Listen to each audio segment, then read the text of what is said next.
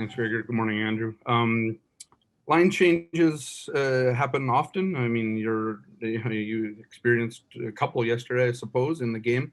Late in the season, though, would you prefer to have kind of a steady line, or do you care at all if you're moving up and down the lines to kind of see what works, especially if there is an injury? I don't know. I mean, I don't want to say it doesn't matter, because you like to have, chemistry, and especially, when a line's going pretty well, that you don't want to necessarily just change things up just for the sake of changing things up. But with that said, I mean, I think Paul wants to see, I mean, obviously Wheels goes out. So, Paul wants to see a few things just in preparation for the last little stretch in the playoffs. So there's things that he wants, that he can get to, or different combinations that he sees that could work, just so there's a comfort level a little bit with playing with different guys. So, I mean, I'm comfortable in it, obviously, going through the last few years. Been through a lot of different line changes, so comfortable in that aspect. But obviously, you want to get with a few guys that you build chemistry with. But at this time, it's I feel like I've built chemistry with pretty much everyone over the years, and kind of figured out their games a little bit, and how we fit together and everything like that. So I'm going back with, if I end up back with Lowry and Appleton, obviously there's a good connection, chemistry there, have it with Scheif, and with Stats or Nicky, or, there's just, by this time I feel like I've built a little bit of chemistry with everyone. So it's not as big of or drastic as a change as it may seem. We'll go next to Paul Edmonds from 680 CJOB Jets Radio. Go ahead, Paul. Hey, Andrew, how was playing the opposite side last night? Because that's a position you haven't played a lot. I mean, center and left wing in your time with the Jets. And Paul Stastny said earlier this year that the most difficult part about playing your opposite side is inside your own zone. And once you get outside the blue line, it's fairly easy there because there's crisscrossing. Did you find that as well? Yeah, I mean, I think it was definitely an adjustment. A few plays in the D zone that it's just your angles are different. Like how you kind of get your feet moving a little bit is a little different. So, I think it was something that, a few games in, I'm sure I'll get more and more comfortable with and more used to. And I mean, I think, the defensive zone is probably the hardest part, just especially on the breakout, especially, D coming down, jamming you, kind of just trying to figure out your depth of how far up towards the blue line you want to be.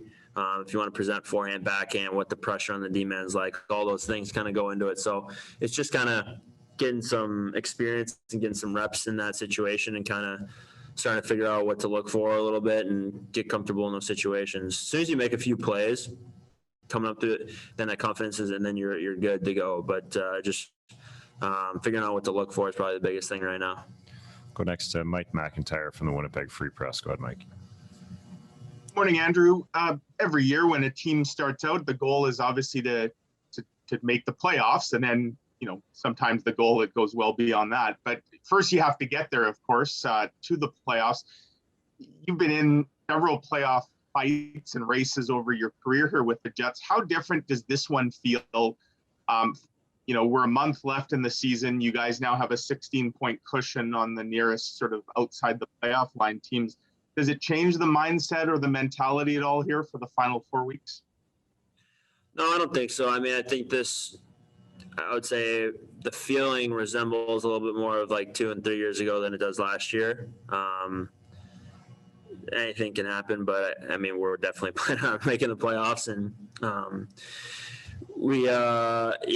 think, you're always trying to build your game at the right time for the playoffs. I think, last year pre-COVID, it was kind of, we had to get to it in the last 15, 20 games, because it was going to be a battle down the stretch, and it was going to be, it was a really tight playoff race. So, but I think either way, you want to get to a point where you're really comfortable in the way that you're going to play in the playoffs at the end of the regular season, and kind of gear up for that. So I don't think there's any any difference really, especially because we're going to be playing the same teams that we're going to be playing in the playoffs.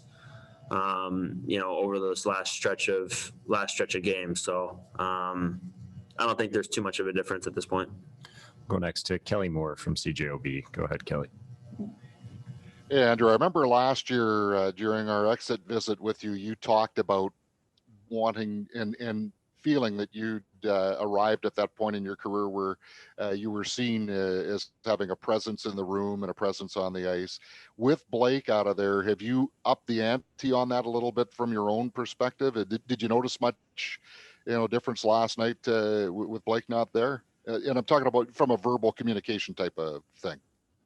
I don't know. I mean, I think probably not. I don't think. Obviously, like Wheels is a big loss and the captain and everything like that. But I don't think anyone's changing, what they do or who they are because he's out. I feel like we got kind of a pretty guys that have been in the battles before. I think, especially up front, it's a pretty veteran group and guys know what they need to do. And there's obviously little conversations with your line mates and as a whole, but. Nothing more than just a standard game, really. So, kind of every game, depending on, what's going on, who's stepping up, who's talking. So I don't think it was any different than just a regular game where you used to have dealing with injuries too. And final question to Scott Billick from the Sun. Go ahead, Scott. Hey, thanks again, Andrew. Two-parter here a little bit. Connor Hellebuyck, his mentality. Can you speak to how strong it is based on what you've seen over your career with him? And the second part of that is, I've never heard him, at least publicly, ever complain or criticize anybody in front of him when he scored on for anything. He always takes it on himself. How important is that for a team to not have a goalie kind of, I don't know, show any sort of emotion outwardly to, the players in front of him when a goal is being scored on him?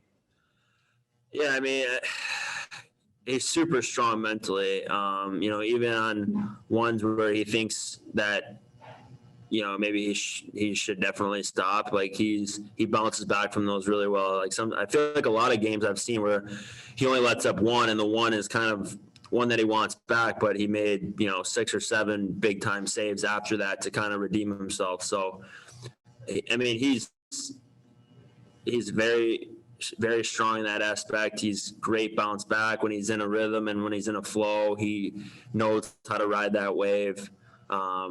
He's competitive in practice. We have a lot of fun. I think all the forwards do with him in practice, just in terms of we try and score on him as hard as we can, just so to kind of get in his kitchen, and he stands right up to it. So, I mean, I think he's very valuable in that aspect too, where he's not a diva back there at all. He's not screaming at the defenseman ever. He kind of keeps the team connected, and he's never, like you said, never bashes anyone. And so that ownership and leadership really is important on top of how good of a goalie he is.